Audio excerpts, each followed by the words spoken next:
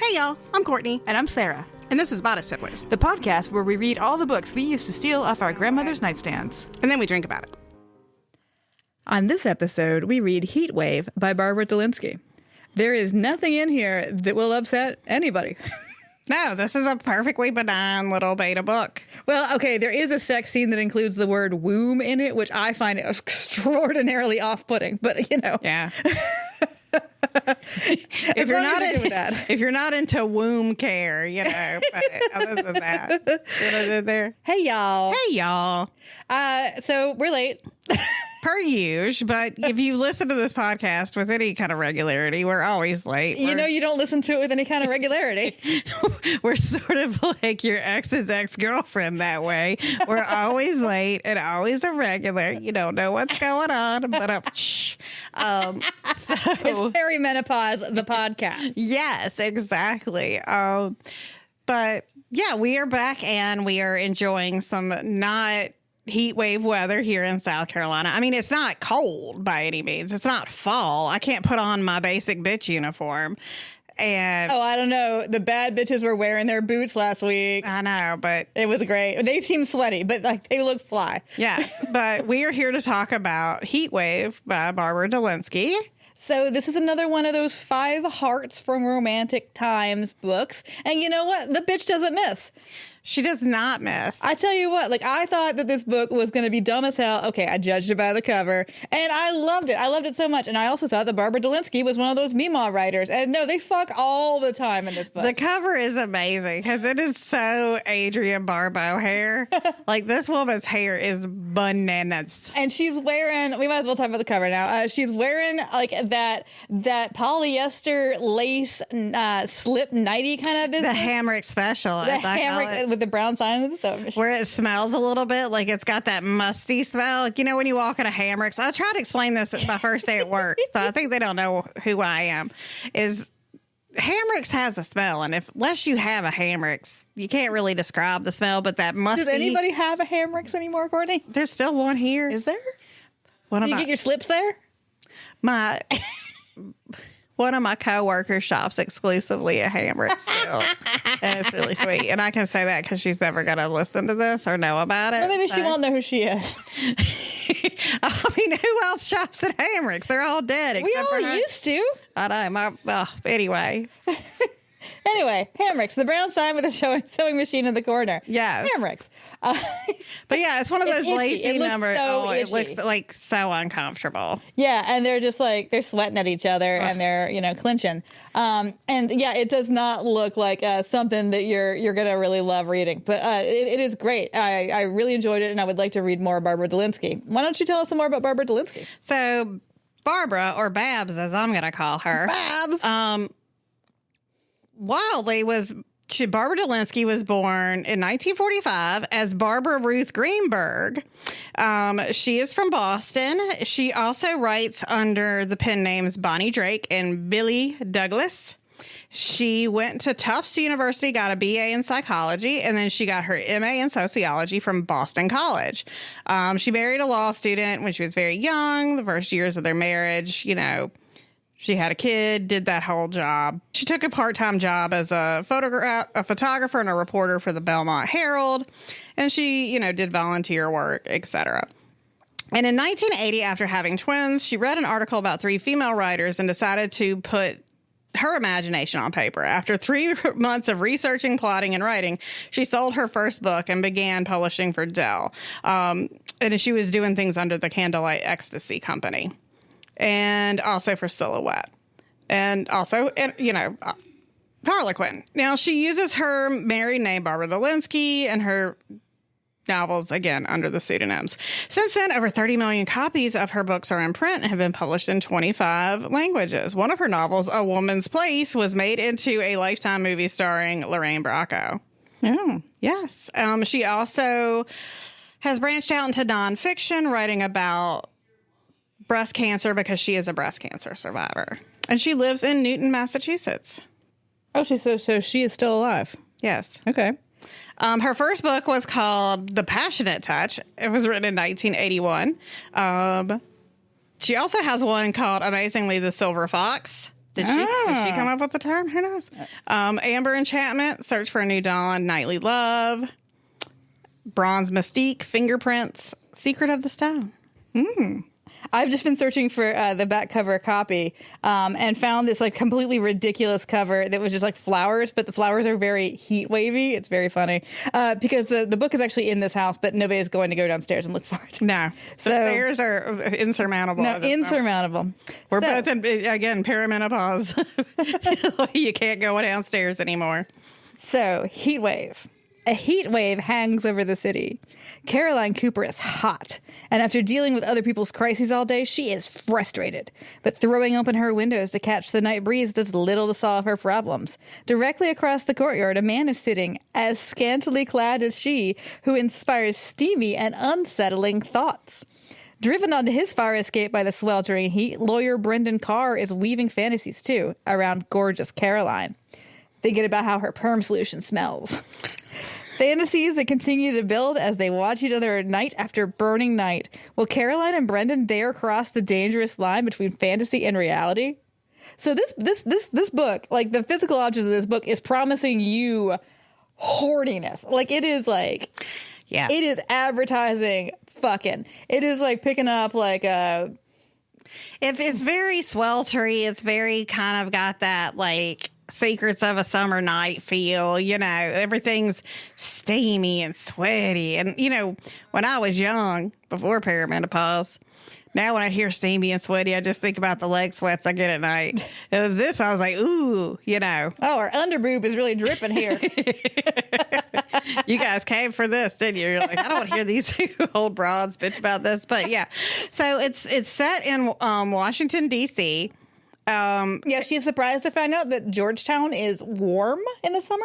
Yeah, I was like, oh my god! Like, so she lives in a loft apartment on the third floor of a walk-up brownstone in Georgetown.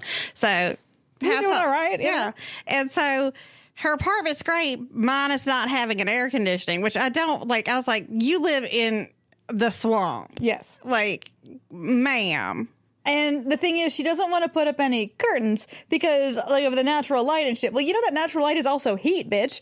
Yeah, so she is a family counselor, and she is a partner in like a firm. It's like 3 people, and you know she's doing that, killing it, lady bossing. But she comes home. She's got like a guy that she's seeing, but she's just kind of stringing him along. Well, she doesn't want to have sex with him. I'm like, what? How long have you been dating this man? Yeah. I understand that it's the 80s, but like...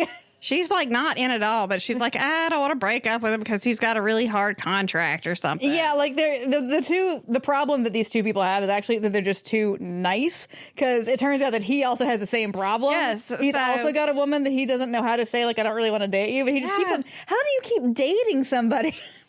Like that, you're like inertia. You know, because the thing is that Caroline is, you know, she's very busy. She comes home and has to do all of her like work notes and stuff. So she doesn't like relax until like 9 o'clock at night. And then, so she has very little free time. But like, why would you want to spend it with somebody that you don't enjoy? I guess back then it was more important to leave your house and shit, because like I don't leave my house and shit for anybody. I mean, I guess if you don't have an air conditioning. That's true. Like maybe his car does. Like, woo, I'm gonna get this restaurant's got some air conditioning. Yes. So, well, anyway, so she obviously has no curtains and she can see now. Okay, please explain this configuration that she can see. They don't make it clear that it must only be the one other apartment across the way, because of what happens later on in this book. She can only see the one other apartment. How does that even? They're all brown style. Like they're maybe everybody else has curtains. Well, then they can still be looking at her and him. I don't know. All the time. Oh my God. Anyway, so he also doesn't have curtains or air conditioning. And so Caroline is very into watching the hot neighbor in his like little jogging pants. Shorts, little slutty nylon jogging shorts. Yes, and she just watches him. She doesn't see his face though, which is why he sits on his fire escape. I guess he's too far for her, but no, she sees him walking around. Yeah, so I don't know. How doesn't she know what he looks like? Because she's like fantasizing all the time about like, I hope he is hot, and I hope that he would actually fuck me. And I mean, like, hey, same girl. But like, she starts having like these fantasies in her head about like their day to day, blah blah blah. Meanwhile, he has been like perving hitting on her for months. Yes. And so it's a lot of this like flirtatious, like not even flirtatious, but this cute, like, oh, look at him across the way. Yeah. There he is. I see him. I wonder if he's coming out tonight. Oh, maybe not tonight. Because he leaves town a lot. He's actually like a counter He works for the Justice Department as a lawyer in the counter terror. But like domestic terrorism. He's catching like Klansmen and shit. So, you know, she's always like, oh, there he is. Anyway, so it's a lot of like talking back or like a lot of like being in their heads, having fantasies about each other and describing like what they're not wearing. You know, she's like, I was never into hairy men until I saw this man in the towel. She is so fucking thirsty. It is great. It's great. So, but meanwhile, she's got all these family issues. Like she's her parents. The phone is an anxiety machine in this this fucking thing because it's a landline, and when it rings, she feels like she has to answer it, and like it's her mom who is freaking out about everything all the time, and her mom is like hard to manage, and like you know she for a therapist doesn't know how to draw a fucking boundary with her mother. No, and her sister is pregnant, and it's all a thing, and is worried about her mom, and like all this. And her brother is married to her best friend, and they're about to get divorced, and I'm like, this is too much. Yeah, and then like her partners at work even are all just like, couldn't you? And then like they never. Here's the problem is that all this emotional labor. Shits where she eats because she's the guy that she's dating that she doesn't really like is the little brother of one of her partners. Bad idea. Yes, like for a therapist, she doesn't make good choices sometimes. And he, meanwhile, at his job, has a younger sister of somebody who's there too that he keeps on like dating just because he doesn't know how to tell her he doesn't want to. Yes. Like, what? It's so weird. And so it all comes to a head where Julian, that's the guy that she's dating that she doesn't like, is like, hey, aren't you going to let me in? And she's like, no, I'm not. And he's like, but I want to come in. And she's like, but I don't want you to come in. And Brendan sees this go on from across the way. So she must have really bad eyesight because he sees all this. He sees. These are studio apartments, by the way. They can see each other's beds. Yeah. So he's like, all of a sudden he like leaps from like, runs across the way barefoot, bashes into a trash can because he's like, I must save this woman. Well, and the thing, it's really, really not cool what this guy is doing. Yeah. Like, it is like his response is not. He's pushy. Insane. He's like trying to come in the apartment. And so his response is insane. Don't get me wrong, but his response. So Brendan shows up and he's like, you know what I'm going to do? I'm going to jump into this situation totally unawares. And he comes running in like, again. And he like, kisses her. Yes. And he's like, hey, baby, I'm back. And Julian obviously is like, what? And so he's like, so you've been two-timing me? And she's like, yeah, I have been. And then she just kisses him on back. Yeah. And then and he's like, well, why don't you have any shoes on? And he's like, I was running barefoot, which is a thing now, but I guess it's not a thing in the 80s. So Julian's like, well, this wasn't cool, and leaves. And so she's like, they meet, like, you know, she's like, They then meet. Yeah, they then meet. And she's like, oh, you're just as handsome as I thought you would be. Because apparently she can't fucking see faces.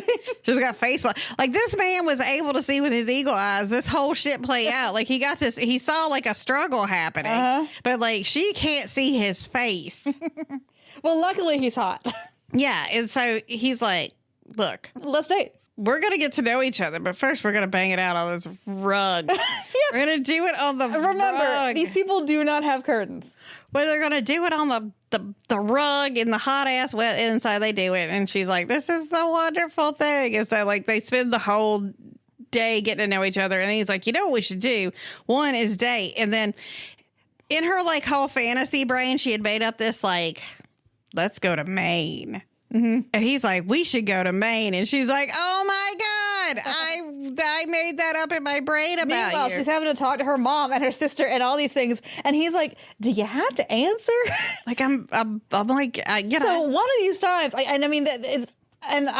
don't know if this all happens within a day. Well, I don't know. You ever actually, when I met my husband, I didn't, like, we met and then we like stayed together for like couple days because like it was great. So like it's been like not right when he meets her, but they hasn't really left yet. And then the phone rings and okay, young people, a landline was not like a super personal object like your phone is, but like I've been so long in the year 2024, he picks up the phone and speaks to her mother. And I was like, oh my God, he touched her phone. And then he's like, well, this bitch is crazy. And gives her the phone. And she's able to talk him down. He's like, but she won't be available because we're going to Maine. Yeah. So they go to Maine where they stay in a cabin. Or no, they're in a bed and breakfast. And like, they don't leave they don't leave. They just, it's a sexcation. Which fine. But I'm like, you just do that. Like, you could have gotten a place with air conditioning. Well, but she gets, I forget exactly what, because I read this before you did, but like then she gets the call that her dad actually did have a stroke. Yeah. And well, that's a little bit later. Okay, because I wasn't sure exactly. No, we're still on sexcation. So they're on the sexcation, which again doesn't make sense because you didn't go and look at anything in Maine. So you flew to Maine just to be in the hotel. Well, you could have just gone down to Washington and gotten a hotel with air conditioning. The whole thing is just to get away from your fucking phone, and that's all you needed to do. Yeah. And that's back on the phone, portable, baby? Yeah. Like it just stayed there. And your answer machine had to get that shit. Oh, my God. So they talk about, they're like, okay. And the thing is, like, it's hard to see where the conflict is here because they're two adults who are really into each other, who have similar values. And he, like, does the laundry and shit when she's on her period. But they had to have some kind of conflict. And so they talk about what they want. Well, yeah, they talk about that, but also, like, her dad does have the stroke. Well, before that, but she says she wants to kind of keep it casual because what she means is that she struggles with boundaries with people, like, asking her to do emotional labor, and she doesn't know how to say no. So she is afraid of getting too close too fast to somebody who then she's going to feel that she has to fucking take care of, like she takes care of everybody else in her life, which is a reasonable... It's fair, but yeah, also, it's a totally, like, normal adult conflict. And he's just like... At the time, I guess, he doesn't know yet that what he wants to say is, I want to fucking marry you today. Like, he's in 100% from the jump, but he's trying not to spook her. Right. He's got to go into it easy. So her dad does have the stroke. So her mother, who's been freaking about her dad's health... was right. Was right. The bitch was right. So she has to suddenly fly to, like, Wisconsin. And so he's like... I'm in coming his place too. by himself. And he's like, is she going to freak out? She obviously... I talked to her on the phone, and she's just a mess. She's a fucking mess. You know what? Fuck it. I'm going to Wisconsin. And so you think you're being casual with a man who flew to Wisconsin for you? No, man, it's fine. No. He gets there and he is handling shit. It is the sexiest fucking thing. And what man is just gonna, even a man you're married is gonna be like, well, you want me to come? I don't know. I mean, you got your mom with you, and I think, yeah. Yeah. So it is very, like, competency porn because he gets there and he's handling everybody, talking to doctors, bringing coffee, bringing food, managing the mom. It is the fucking dream. Yes. He is managing the mom for her. Yes, it's amazing. And so she's like, well, this guy's pretty great. And they come back from, Wisconsin. They're still dating, and it's very cute. Then she's having to manage her partner who's like, hey, why did you break my brother's heart? And she's like, because your brother's a dork. Well, you should have, because your brother forced his way into his apartment. Well, that's being really fucking aggressive. But then she also has, like, this issue with one of her patients. Like, she's counseling this couple, and they have, like, a big blowout. And, like, the female, she's still counseling. Like, they have a walkout, and the woman is like, I'm done with this, but the husband still comes. Right? He's still coming. He comes for, like, a once, and then he storms out, too. Yeah, but then the wife, like, accuses them of having an affair. Yeah, she files a complaint, like, with the board. Yeah. And, I mean, like, that really upsets Caroline because, like, she's, very proud of her professionalism and everything. Yes. These people's problems are, like, it's so real life, like, real, like, real problems. But then that's when she realizes that she really loves Brenda because he supports her. Gone for her. But then her sister has the baby early, and it's a whole thing, and she freaks the fuck out. So she goes to see this, and he comes with her because he's like that. And he's guy. like, babies. He got the, like, baby fever. Rabies. He got baby fever and was like, we should get married and have one of these. And she's like, oh no. He freaks. But he's like, I'll wait for you to decide. But then, what he kind of does, like, and he regrets this later, like, so he goes, like, he doesn't do a storm out, but he does, like, the whole, like, a little bit of a shutdown. Yeah. And he goes for a run in his little slutty shorts. Oh, yeah. And then they have outdoor sex, by the way. They're doing it everywhere. Where it's all about her womb, and I was like, barf. But he kind of gives her an ultimatum. He says, look, I want to be with you in this way. You don't want to be with me this way, so I think that I can't be with you at all. And she's like, okay. I guess when you put it that way, I guess that's the thing. And then, so they're apart for like a week. Not even. They're like sadly looking across the way at each other. They don't buy curtains. They don't buy any curtains. No, they do not buy curtains. It's like, you can't look at me now. But they come back and he's like, I'm so sorry. I should not have done that. And she's like, I want to marry you. It's inappropriate for me to have done that kind of ultimatum. That wasn't fair to you. I mean, like, they have the most adult fucking conversation about this. Yes, very, like, emotional EQ. And then they're going to get married and have a bunch of babies. Yes. Yes. So. The end. I mean, like, literally, it's a book where, no, it's not a ginned up I hate it when, like, they had to come up with some kind of conflict that's unrealistic. Right. You get where she's coming from. It felt very real. Yeah, I mean, I liked it for that. Okay, questions.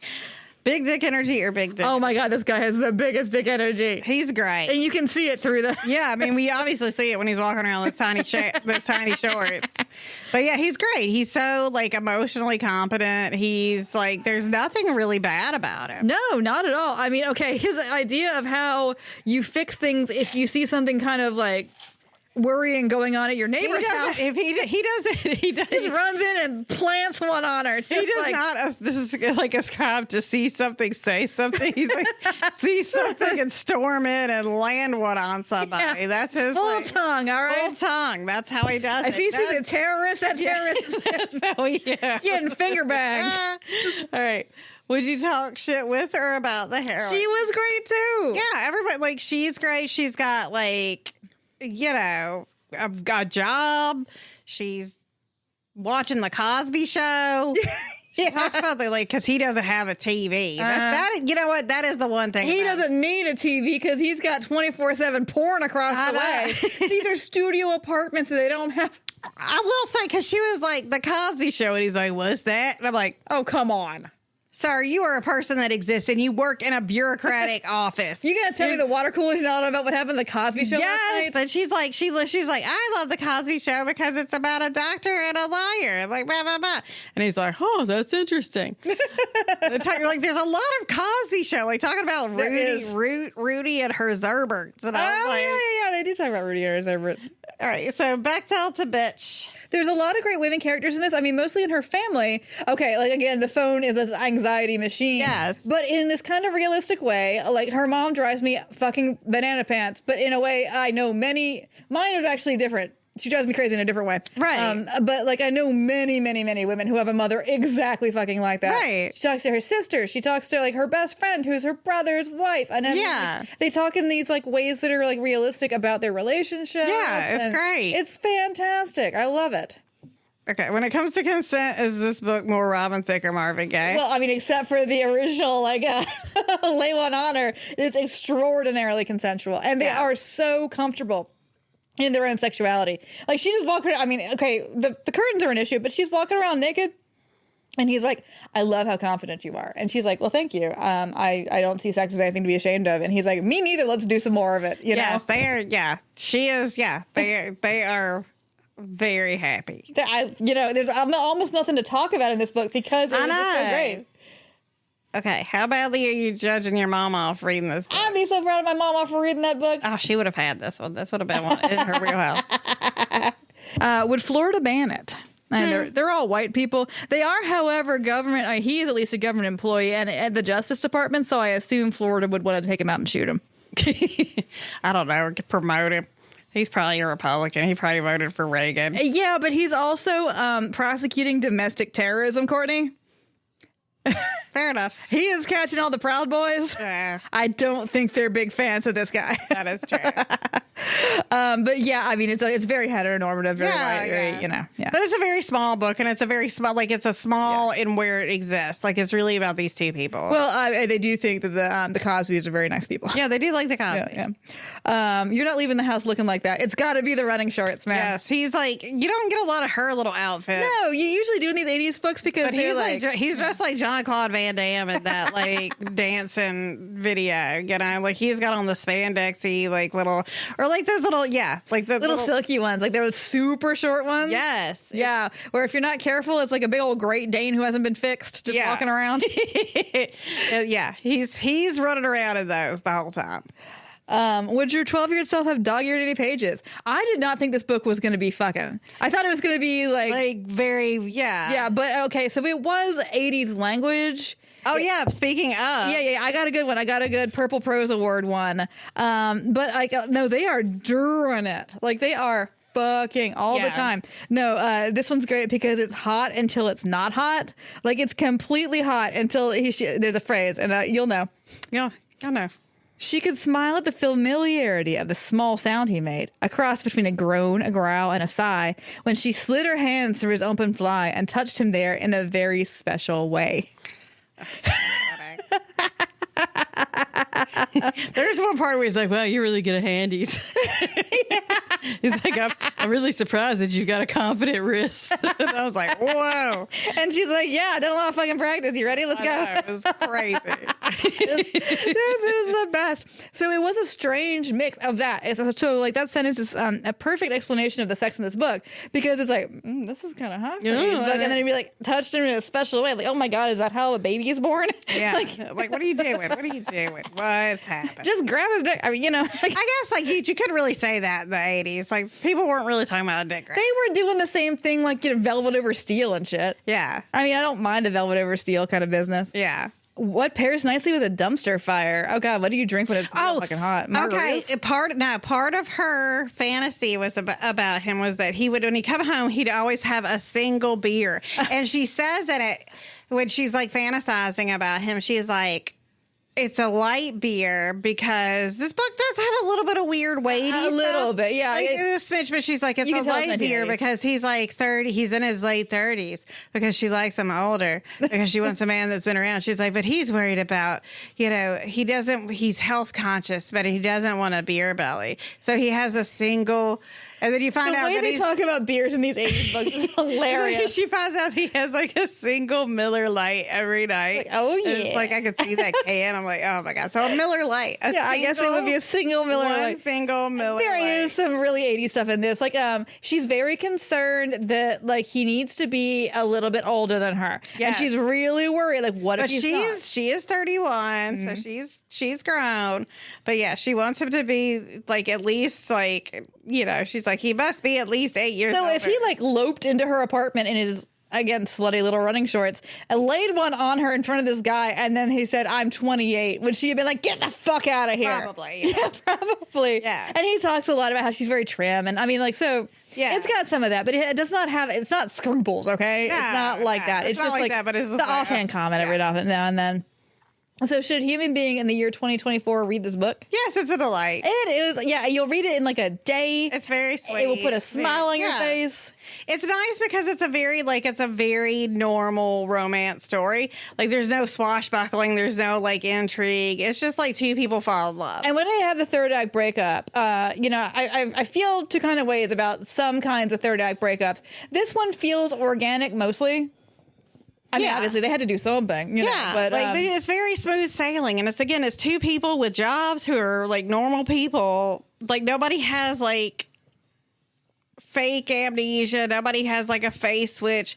Nobody's like, there's no, like the repercussions are very normal. Like it's very normal life. I mean, it's when you meet somebody and it works, it is just easy. Yeah, that's the thing. It's so like, nice because if you were constantly like having like fucking histrionic fights and a stagecoach or whatever, that's maybe not the person for you. Okay, when your Amish boyfriend / baby daddy keeps like doing storm offs, Yeah, I mean, but it makes for less like entertaining, like talkabouts, but it is a very sweet, very normal, like it really gives kind of this ode to like everyday romance. Yeah, like what it is like when you meet somebody in the real world, not in like, Narnia, and it's really working for you. How do you work out your small problems in order to have a happily ever after? It looks exactly like this. Exactly. Yeah, except maybe buy some fucking curtains. God, they're not getting curtains. You know that everybody around them is like, are they doing it again? Oh, yeah, they doing it again.